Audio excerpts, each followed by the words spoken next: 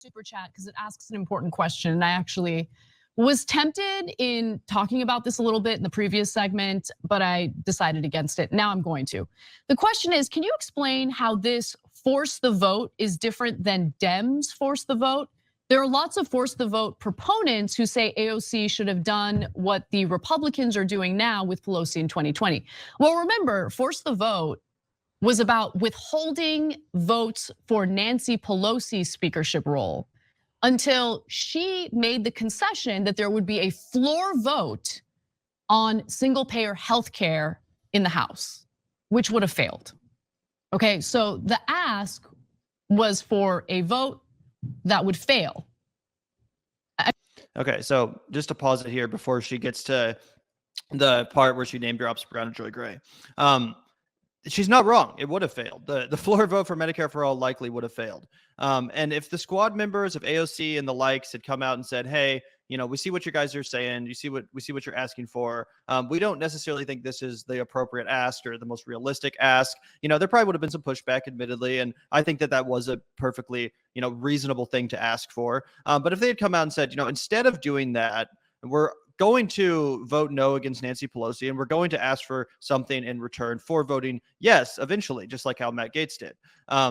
So if they had come out here and said, here's the list of things we are going to ask for, it's not going to be a floor vote because Anna Kasparian, just explained that would fail. If the squad wanted to employ that logic and say this is not something that's realistic, but here's what we are going to use our leverage for instead, we would not have seen the same sort of backlash. The people that came out here and were very critical of the squad members and who coined the term fraud squad and all that stuff, I think they would have been a lot more generous towards AOC, Rashida Tlaib, Cori Bush, etc., had they actually done something. Mostly what people wanted to see them do was use their leverage to hold up Nancy Pelosi's coronation as speaker and, make them vote over and over and over again, just like we saw the Freedom Caucus doing with Kevin McCarthy. So I think this is ultimately just a straw man from Anna. And if the squad members were so averse to the idea of demanding a floor vote for Medicare for all, they could have asked for any number of other concessions, which they didn't, which was the problem. 100%. I completely agree. I at this point, I almost just wish that it would have happened because I would give anything to have Briahna Joy Gray move on with her life and maybe talk about something different. Like, it's ridiculous. But this McCarthy situation is different because the concessions that McCarthy has agreed to don't even matter for the group of Republicans who refuse to vote for him, okay? They don't care about the concessions. They don't trust him, and they've said so. They don't trust him, they're not gonna vote for him. It's not about concessions. The whole force the vote thing was about an ask that would have ultimately failed and could have potentially hurt single payer healthcare or the pursuit of single payer healthcare, because maybe some who might be open-minded to it would be less open-minded to it if it's already failed through a House vote. You get what I'm saying? That's anyway. Stupid. There's absolutely no evidence for that. Guess what's all kinds of shit failed before it passed. There's a long history of shit coming to the floor of Congress, not having the votes. Hey, Anna, how many votes were there on Kevin McCarthy? Did he still pass? That happened today. How many rounds of voting? I don't know. I think that after one or two, you can't really try anymore because then people are going to be so disheartened. No, it's not how fucking voting works. Guess how many times they had to put up like right to work to get it to pass, right? Like that happened over and over again. But with marketing, and that was nefarious as all fucking shit, right? They had to name it right to work, which was literally the right to lose your fucking job, right? Like, okay. And these are just a few examples off the top of my head. If you gave me longer, I could find a litany of bills that have been put through multiple times. There's just no, sorry guys, we need to shut the fuck up about the minimum wage because the parliamentarians struck it down and now everybody thinks that's a bad idea. Nobody supports $15 minimum wage because Joe Biden said we were going to get it and now we're not going to get it, and I can't ever talk about that again. Also, shut the fuck up about student debts because that didn't really pass the first time, it got struck down, so never ask about that again because that really put a damper on the movement. Now everybody wants to keep all of their debt and pay it off with sweat and toiling at their minimum wage job, which is not $15 an hour, it's $7.25. That's the popular position, right, Anna? Because those other things failed already, right? No, of course not. And you have to have fucking rocks for brains to think that. Yep. at this point, I don't even care. I wish it would have happened so we could just move on. I'm so tired of like the personal branding exercises that are like forced upon us day in, day out by people who can't move on from something that happened literally in like 2019 or 2020. But let's move on. There's other stuff to get to. And again, there is a reason why people are talking about it. Like, it's not like people were just needlessly deciding to rehash this conversation, although that has occurred for sure in the past. There is a good reason why people are talking about this right now. And it is a legitimate conversation to have about the strategy and about the point of sending progressives to Congress anyway, supposedly anti-establishment figures into the halls of Congress. Like, what the fuck is the point of spending money, time, and energy as a movement electing people to Congress to fight the establishment if when they get there, they don't fight the establishment and they just go along to get along and do whatever they're told to do? This is a legitimate conversation to have. And again, whatever you think about Jimmy Dore and his specific tone or tactics, I think we can discuss the idea of using leverage as a politician and, forcing concessions from leadership in order to prioritize the needs of your movement, the movement that elected you in the first place. Anyway, Briahna Joy Gray actually responded to this clip because as Anna said, I wish Briahna Joy Gray would just shut the fuck up and move on. Essentially, Briahna responds and says, "Force the vote advocates are on record supporting any number of asks as early as December of 2020. See, for example, my piece in Current Affairs, which incorporates David Sirota's asks. But Force the Vote detractors insist on criticizing the ask because they've been exposed as not understanding power." And to be honest, I totally agree with Briahna Joy Gray. The fact that people like Anna Kasparian, Cenk Uygur, Sam Cedar continue to pretend as if other asks, other concessions weren't mentioned, brought up, and discussed by Force the Vote advocates is completely disingenuous. And I think it is fair to say that they continue to criticize this ask because they know it's a good strategy. They know it's a good idea. The Republicans just proved how effective this strategy can be. But since they can't admit that, they just have to strawman it by talking about this one specific ask that Jimmy Dore came up with, the Medicare for All floor vote, because they see that as easier to go after, easier to criticize as a strategy. Yeah, and the other thing is they haven't done their fucking homework, right? Because they, we couldn't do X, Y, and Z. We had to go after a more realistic goal, right? But then you listen to their criticisms, and they're like, "Oh, that floor vote on Medicare for all, it would have never passed," right? Okay, well, let's pull up this tweet from AOC, which was in response to Justin Jackson. And guys, this will really let you know. This is from December 11th, 2020. Okay, so this is we're throwing back, we're digging up receipts here. I don't even know if fucking Justin Jackson still watches BreadTube. I know he doesn't make it anymore. So this is how far away we've come from this, right? But he was a real center point in the early stages of Force the Vote. Anyway, she says you can use leverage to put for things that can happen and change lives, i.e. a $15 minimum wage vote in the first 100 days. Doable. Well, here's the thing, guys. If you're talking about things that can actually pass, it was always true that Joe Manchin wasn't going to vote for a $15 minimum wage. It was always true that Kristen Sinema wasn't going to vote for a $15 minimum wage, right? That's why we went through it and did it with the you just needed the simple majority, right? For when it was going to, and then the Senate parliamentarian said fucking budget appropriations or whatever the fuck it is, where you need less votes because it's considered a matter of the budget or whatever, and it went all down like that. Either way, right?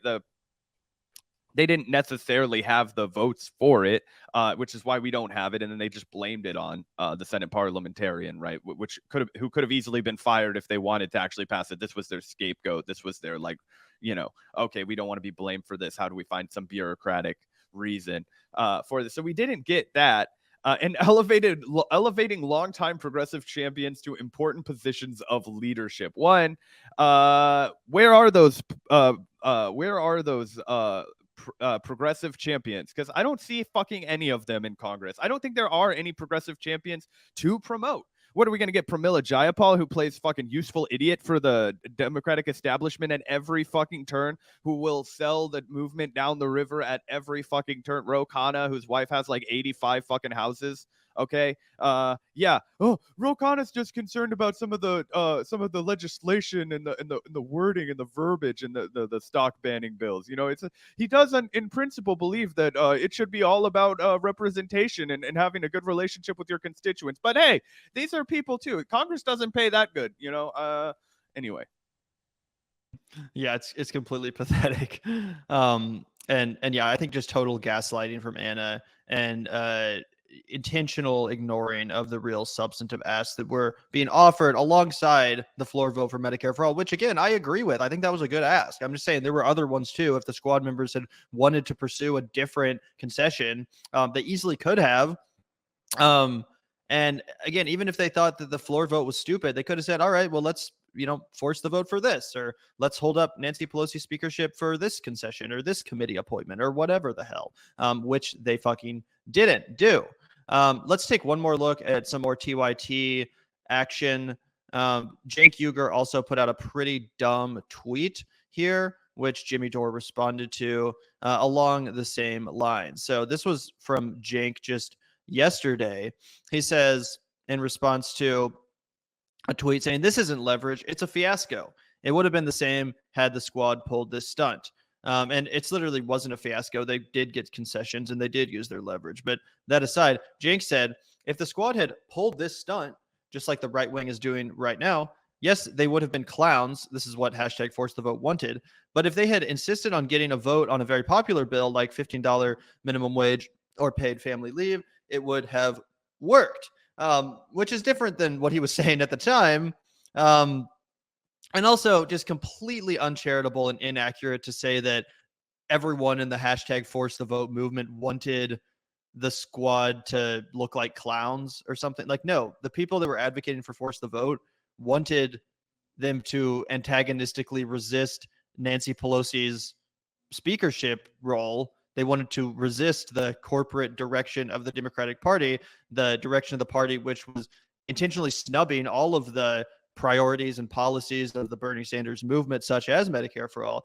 These people weren't just, trying to create a circus for the sake of spectacle. No, they actually were interested in policy, and they wanted to see some goddamn results from these Congress members who people in the progressive movement spent so much time, energy, and money electing in the first place with nothing to show for it. So I think that's completely uncharitable of Cenk Uygur to say. And also, again, yes, a lot of people agree, David Sirota, Briahna Joy Gray, et cetera, that perhaps, they should have forced the vote on something else, like a $15 minimum wage, paid family leave, or any other number of priorities. It didn't just have to be the floor vote for Medicare for all. Either way, Jimmy Dore responds and says, no, you said if the squad, quote unquote, pulled this stunt, aka used their leverage and forced the vote, it would have handed the speakership to the GOP. Don't you remember? And post some receipts here. Cenk Uygur from early 2021 saying, for all the people pushing hashtag fraud squad, do you understand that if all 10 Justice Democrats had voted present, GOP leader would be speaker right now? What would that have accomplished? Easy being destructive. You have to come up with a plan for being constructive. So this is also incredibly inaccurate. Obviously, as we now know, Hakeem Jeffries repeatedly secured more votes than Kevin McCarthy on basically all of the rounds of voting up until round 15, where Kevin McCarthy finally clinched the speakership. And at no point did Hakeem Jeffries become Speaker of the House because of that.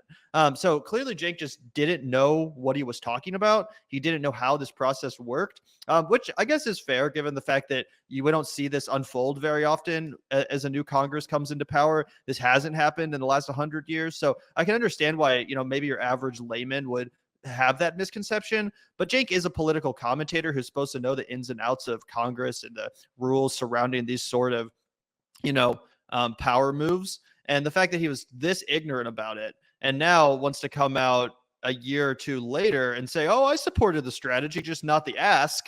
Well, that's actually bullshit, because this tweet proves that no, you were saying the whole strategy was bad because it was going to end up electing a Republican, something that is very obviously not true, and something that was pointed out to you at the time that was not true. 100%. And this was repeated by all kinds of people, not just Cenk Uygur and TYT, but it was also repeated by Sam Cedar over at the Majority Report. This was one of the primary talking points, right? Which is, it was never true. But here's the other thing that really fucking breaks my ass about this, right?